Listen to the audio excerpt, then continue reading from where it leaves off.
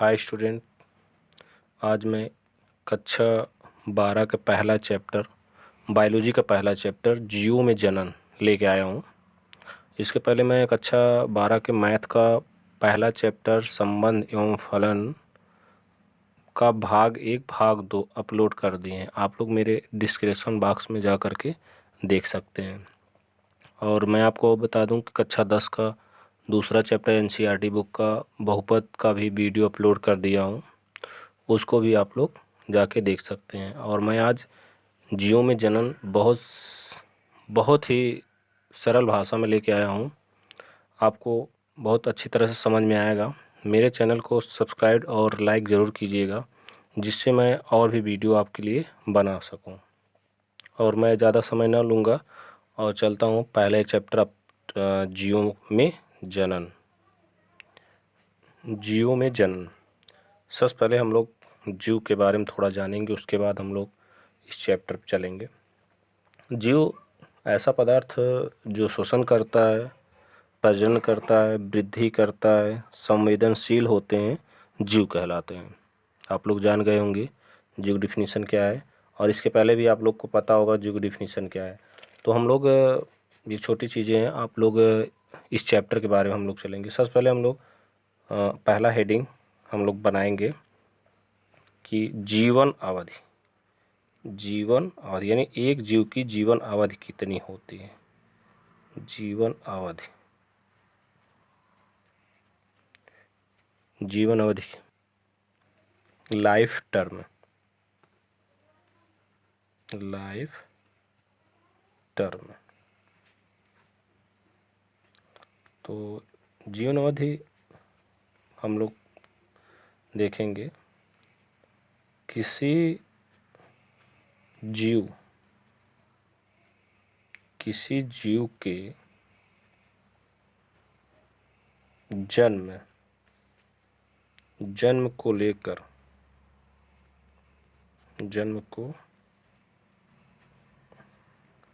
लेकर प्राकृतिक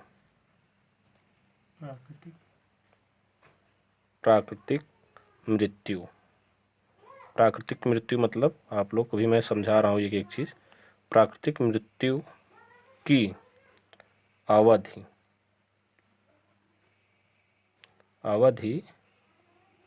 को जीवन अवधि कहते हैं। जीवन अवधि कहते हैं। तो बहुत ही आसान भाषा में है, आप लोगों को याद भी हो जाएगा और याद भी हो गया होगा। किसी जीव के जन्म को लेकर प्राकृतिक मृत्यु की अवधि को जीवन अवधि कहते हैं। यानी प्राकृतिक मृत्यु मतलब जो प्राकृतिक से मृत्यु हो, कहने का मतलब आप लोग पता होगा, जैसे फसल आपको देखा जाए तो 4 महीने से लेकर 6 महीने के बीच में हो जाता है। मनुष्य का भी एक एज होता है, उसके बाद मृत्यु को प्राप्त होता है। जितने भी जीव हैं सबकी एक निश्चित अवधि होती है, तो उसी को हम लोग कह सकते हैं जीवन अवधि कहते हैं। इसमें मैं आपको और बता दूं कि थोड़ा सा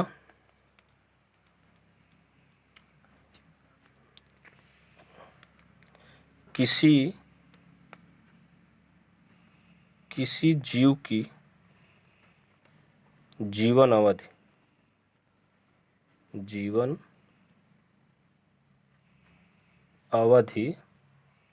का उसके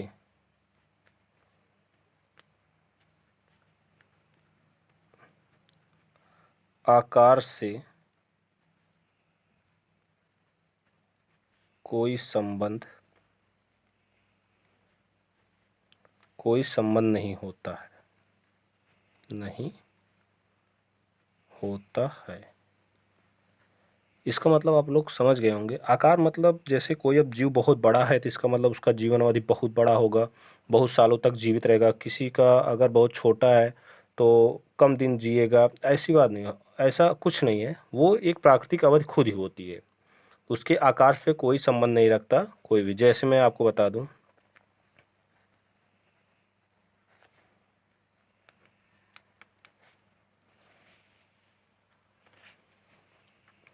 आपको पता होगा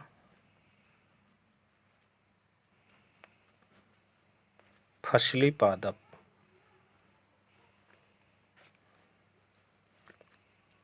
इसकी अवधि मैं आपको बता दूं 4 से 6 माह होती है। यानी 4, अभी मैंने आपको बताया भी 4 से 6 माह तक फसली अवधि, फसल की जो एज होती है इतने दिन में उसकी मृत्यु को प्राप्त होता है। और गुलाब, गुलाब आप लोग जानते हैं, इसकी अवधि 10 वर्ष की होती है। और मैं बता दूं आपको केला, केला यानी बनाना, इसकी अवधि 25 वर्षों के तक होती है। और मैं आपको बता दूं बरगद, बरगद की अवधि 300 वर्षों की होती है। 300 वर्षों से 5 वर्षों तक, 500 वर्षों तक होती है। यानी अगर हम लोग कह सकते हैं जो बरगद होता है इसकी एज सबसे ज़्यादा होती है। अब हम लोग देखेंगे ह्यूमन यानी मनुष्य, मनुष्य की जो अवधि होती है 100 वर्ष तक होती है।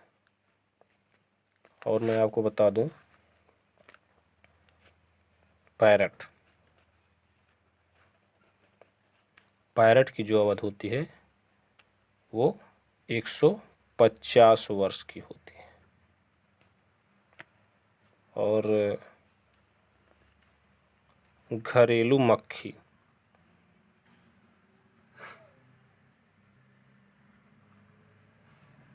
घरेलू मक्खी की जो अवधि होती है वो 76 वर्ष तक होती है। और जो गाय होती है, गाय की 26 वर्ष। और बिल्ली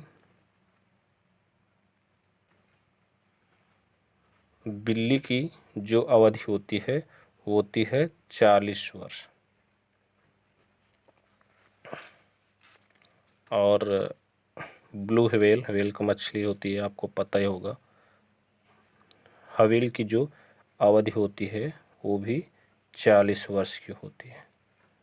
तो आप लोग ये देख रहे होंगे ये सब की अवधि जो है, मैंने यहाँ पे 10 जीवों के नाम लिखे हैं जिनकी अवधि, और आप लोग और देख सकते हैं, आपके बुक में होगा, आप देख लीजिएगा। और आप लोग यहाँ पे देख सकते हैं कि इसके आकार, मैंने भी बताया ना, आकार से कोई संबंध नहीं होता उसकी जीवन अवधि। तो इसके कुछ, इसमें कुछ बड़े हैं कुछ छोटे हैं, तो उनकी जीवन काल उसी प्रकार से है, उसके आकार में कोई संबंध नहीं। तो हम लोग इसके बाद अगले हेडिंग पे चलेंगे, जनन, रिप्रोडक्शन में हम लोग चलेंगे, यानी जनन।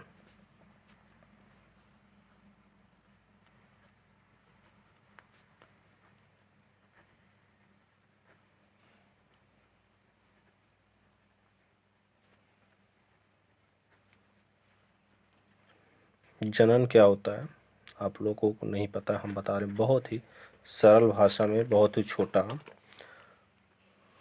पहले मैं डिफिनीशन लिख दे रहा हूँ, उसके बाद मैं आप लोगों को समझाऊंगा।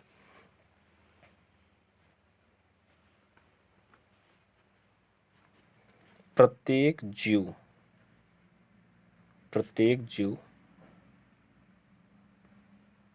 अपने समान, प्रत्येक जीव अपने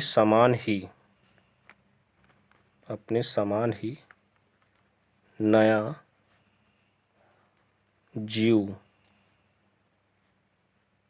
संतति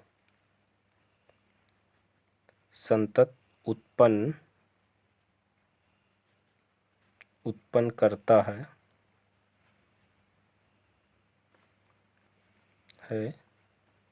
इस क्रिया को जनन कहते हैं। इस क्रिया को जनन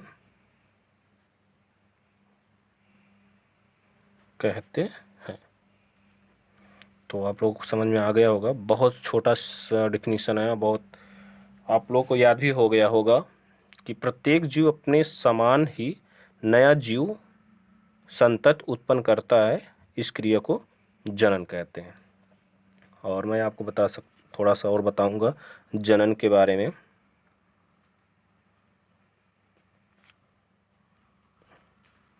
जनन के द्वारा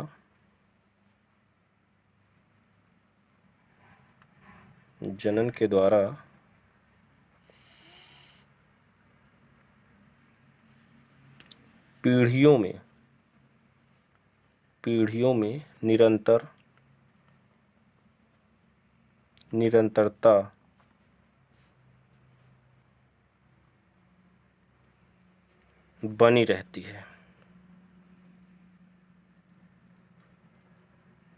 बनी रहती है तथा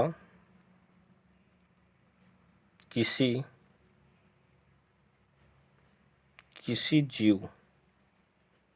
जीव की मृत्यु होने पर भी उसकी जाति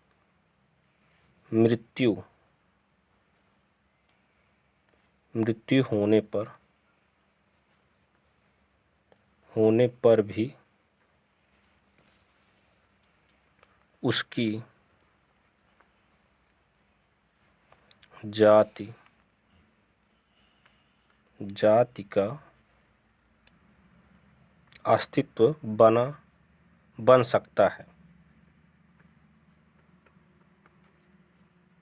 अस्तित्व बन सकता है। कहने का मतलब जनन होना तो बहुत ज़रूरी है। अगर किसी भी जीव को पीढ़ी दर पीढ़ी अगर हमको देखना है तो उनके बीच जनन होना बहुत ही आवश्यकता है। आप लोग देख सकते हैं, हमने यह भी बता दिया कि जनन के द्वारा पीढ़ियों में निरंतरता बनी रहती है तथा किसी जीव की मृत्यु होने पर भी उसकी जाति का अस्तित्व बन सकता है। अब हम ये बताएंगे जनन कितने प्रकार के होते हैं। जनन के प्रकार।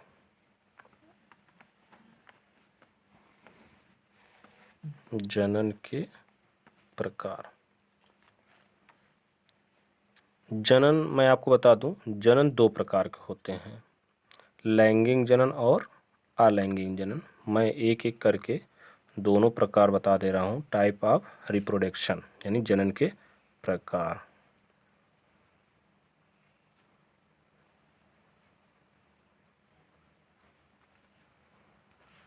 और यहाँ पे हम लोग जानते हैं कि जनन दो प्रकार का होता है। जनन दो प्रकार का होता है। तो मैं पहला आपको बता दूं, लैंगिक जनन।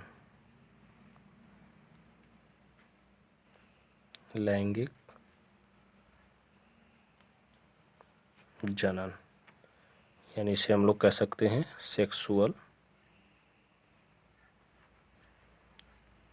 रिप्रोडक्शन।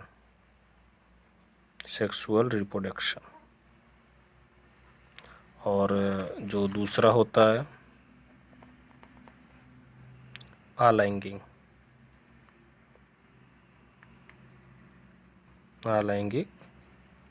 जनन, इसे हम लोग कह सकते हैं एसेक्सुअल रिप्रोडक्शन।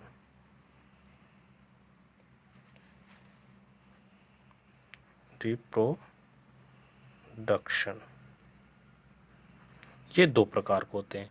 अब हम ये दोनों प्रकार को एक एक करके बताएंगे। हम लोग लैंगिक जनन के बारे में देखेंगे। लैंगिक जनन का हम डिफिनीशन लिख दे रहे हैं, उसके बाद हम समझाएंगे लैंगिक जनन होता क्या है। इस जनन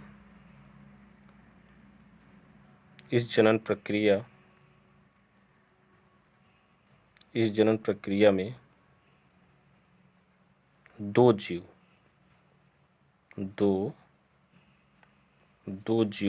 भाग लेते हैं। भाग लेते हैं।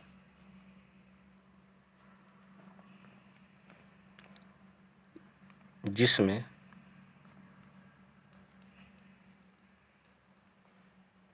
एक नर तथा एक मादा के संयोग या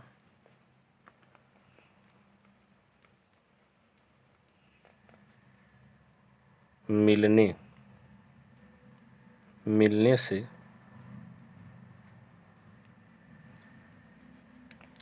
संतति का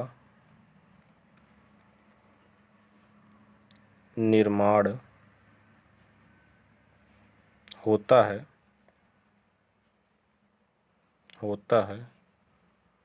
इसे लैंगिक जनन कहते हैं। तो आपको समझ में आ ही गया होगा, लेकिन फिर भी मैं फिर समझा दे रहा हूँ। यानी लैंगिक जनन का मतलब ये हुआ कि अगर कोई भी दो जीव हों और एक नर हो और मादा हो, और दोनों को मिलने से या संयोग करने से अगर किसी जीव का निर्माण होता है, किसी युग्मक का निर्माण होता है, तो वो लैंगिक जनन होता है। यानी लैंगिक जनन में दो जीव होना बहुत ज़रूरी है, अलग अलग, एक नर होगा और एक मादा होगा। तो लैंगिक जनन में आप समझ में आ ही गया होगा। मैं इसके बाद लैंगिक प्रकार, लैंगिक क्या होते हैं, लक्षण क्या, मतलब सारे कुछ बताऊंगा। लेकिन इसके पहले हम जानेंगे अलैंगिक क्या होता है। अलैंगिक जानने के बाद ही हम बताएंगे। अलैंगिक में हम लोग पहले डिफिनीशन लिखेंगे, उसके बाद हम आपको समझाएंगे।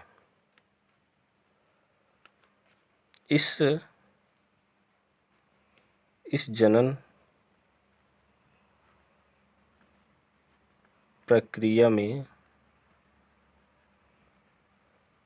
दो जीव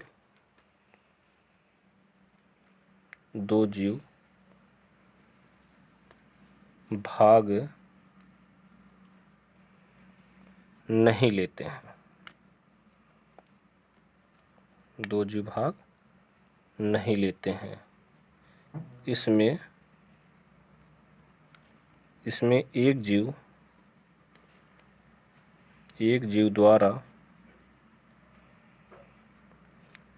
द्वारा ही संतान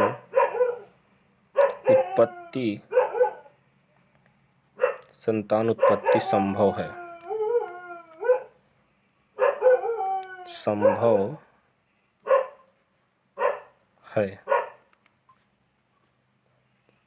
अलैंगिक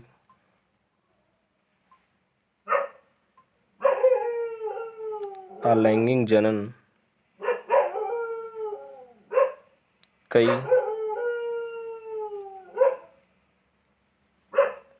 कई प्रकार की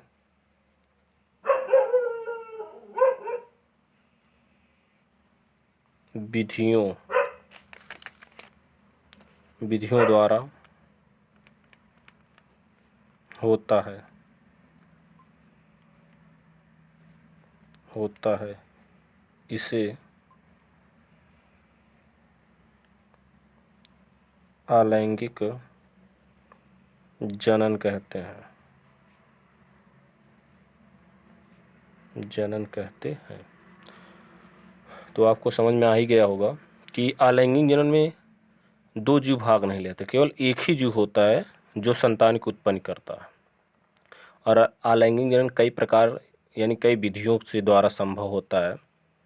और आप लोगों को दोनों में थोड़ा डिफरेंट तो पता ही चल गया होगा, अंतर पता चल गया होगा कि लैंगिक जनन में दो जीव भाग लेते हैं और जिसमें एक नर और एक मादा होता है, और लैंगिक जनन में केवल एक ही जीव होता है जो संतान की उत्पत्ति करता है।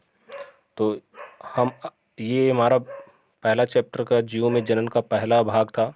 दूसरे भाग में हम बताएंगे कि लैंगिक कितने प्रकार के होते हैं, अलैंगिक क्या होता है, इसके विशेष के छोटी छोटी हर एक चीज़ मैं आपको बताऊंगा। मेरे चैनल को सब्सक्राइब कीजिएगा, लाइक ज़रूर कीजिएगा और शेयर करना मत भूलिएगा, ताकि किसी भी गरीब बच्चों को गरीब बच्चों तक ये वीडियो पहुंच जाए जो ट्यूशन या कोचिंग नहीं पहुंच सकते हैं। धन्यवाद। जय हिंद।